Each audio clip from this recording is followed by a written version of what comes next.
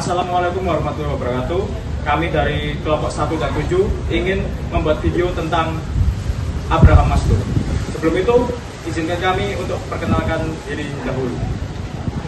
Perkenalkan, nama saya Ika Kurnia Maulidia dari kelompok 7 dengan NIM 17. Nama saya Muhammad Nafal Putra dari kelompok 7 NIM 80. Nama saya Hari Sembedayana dari kelompok 7 NIM 27. Perkenalkan, nama saya Alfred Azhar Lapansa dari kelompok 7 NIM 32. Saya Aldo Rizky dengan NIM 009. Saya Dapat Tarik Ramadhani dengan NIM 05.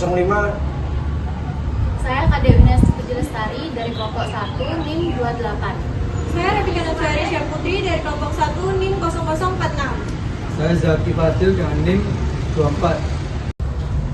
Yang pertama ada biografi dari Abraham Maslow.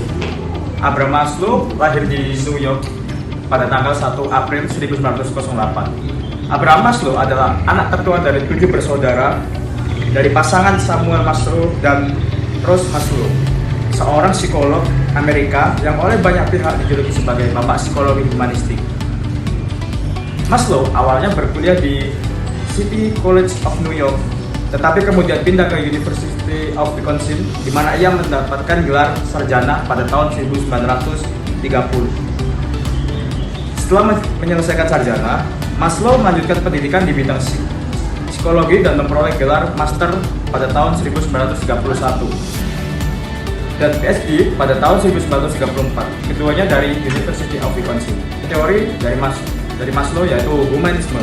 Humanisme adalah aliran dalam psikologi yang menekankan pada nilai dan potensi individu. Beberapa prinsip kunci dari humanisme meliputi yang pertama ada penghargaan terhadap individualitas.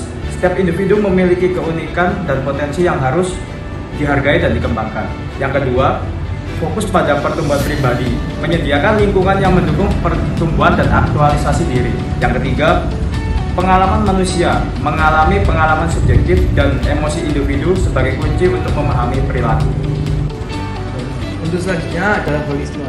Humanisme memandang manusia sebagai satu kesatuan yang utuh. Pendekatan ini menekankan pentingnya melihat keseluruhan individu, bukan hanya bagian-bagian tertentu seperti emosi atau perilaku. Kemudian menolak riset binatang. Humanisme menolak penggunaan hewan dalam riset psikologi karena hewan dianggap tidak dapat memberikan gambaran yang akurat tentang perilaku manusia, dan manusia bukan setan. Pandangan humanistik percaya bahwa manusia pada dasarnya baik dan memiliki potensi untuk berkembang, bertentangan dengan pandangan yang lebih pesimistis dalam beberapa aliran lain. Humanistik melihat manusia sebagai makhluk yang memiliki kapasitas untuk berkembang positif dan kebahagiaan. Untuk selanjutnya, potensi kreatif. Salah satu aspek penting humanisme adalah pengakuan terhadap potensi kreatif manusia. Setiap individu dianggap memiliki kemampuan kreatif yang unik, dan psikologi humanistik berusaha mendorong aktualisasi dari potensi kreatif ini untuk mencapai kehidupan yang lebih bermakna. Menekankan kesehatan psikologi. Humanisme menekankan pada kesehatan psikologis dan kesejahteraan individu daripada hanya fokus pada patologi dan atau gangguan. Mencapai aktualisasi diri. Jadi, aktualisasi diri ini adalah proses ketika seseorang menjadi diri sendiri dan mengembangkan sifat-sifat serta potensi psikologis yang unik dan berbeda. Aktualisasi diri ini disebut oleh Maslow sebagai puncak kedewasaan dari diri manusia. Dengan kata lain, aktualisasi diri ini juga bisa disebut sebagai proses menjadi versi terbaik dari diri sendiri. Nah, ada aspek-aspek aktualisasi diri. Yang pertama itu ada kreativitas. Sifat-sifat yang dikaitkan dengan kreativitas ini adalah fleksibilitas, spontanitas, lalu berani membuat kesalahan, keterbukaan dan kerendahan hati.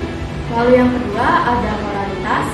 Di sini adalah merupakan kemampuan manusia melihat hidup lebih jernih, melihat hidup apa adanya, bukan menurut keinginannya. Lalu yang ketiga ada penerimaan diri.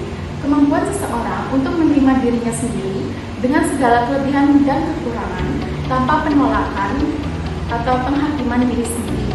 Ini mencakup penerimaan terhadap emosi, perilaku, lalu dan pengalaman pribadi yang merupakan langkah penting untuk kesejahteraan mental dan emosional. Lalu yang keempat ada spontanitas. Di sini aktualisasi diri manusia dapat digambarkan sebagai relatif spontan pada perilaku dan jauh lebih spontan daripada kehidupan batin, pikiran, impuls, dan lain-lain. Perilaku ini ditandai dengan kesederhanaan, lalu kealamian dengan kurangnya kesemuaan ini tidak selalu berarti perilaku konsisten yang tidak konvensional. Lalu yang terakhir adalah pemecah masalah atau problem solving. Di sini proses mental yang digunakan seseorang untuk menemukan solusi dari situasi atau tantangan yang kompleks. Jadi di sini ada organisasi kepribadian. Yang pertama sindrom kepribadian. Unit utama dari kepribadian adalah sejumlah 3 sifat yang berbeda-beda, yaitu tingkah laku, pikiran, dorongan untuk berbuat, dan lain-lain.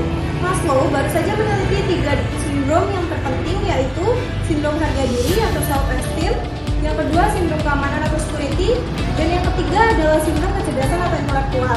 Penelitian ini dilakukan dengan menggunakan metode holistik analistik. Pendekatan holistik menjelaskan bagaimana interaksi bagian-bagian dalam organisasi dinamik dari individu sebagai satu kesatuan. Pendekatan analitik ini memahami detail apa, bagaimana, dan peran unsur-unsur yang terlibat di dalamnya. Yang kedua ada kekurangan dan menjadi atau defisiensi diri. Menurut Maslow baru saja berhubungan dengan dunia luar dalam 2 bentuk, yaitu alam kekurangan menjadi alam menjadi. Alam kekurangan atau the realm adalah the net atau bisa berwujud di love, di value, dan di lainnya. Di defisiensi atau kekurangan merupakan bentuk hubungan di mana orang terlibat dengan kegiatan memuaskan kebutuhan dasar untuk bertahan. Orang berusaha untuk mengatasi atau menghindari kebutuhan kekurangan seperti makanan, minuman, dan tempat istirahat. Pengaplikasian Personal Orientation Inventory (POI). Tes yang disusun berdasarkan teori Maslow mengenai aktualisasi diri dan bertujuan mengukur aktualisasi diri seseorang.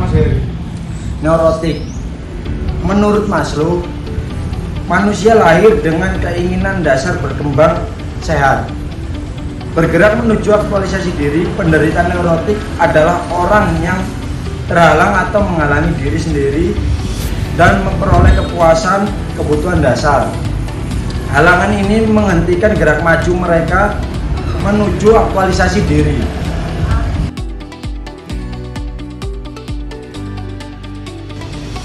Thank you for watching. Dadah.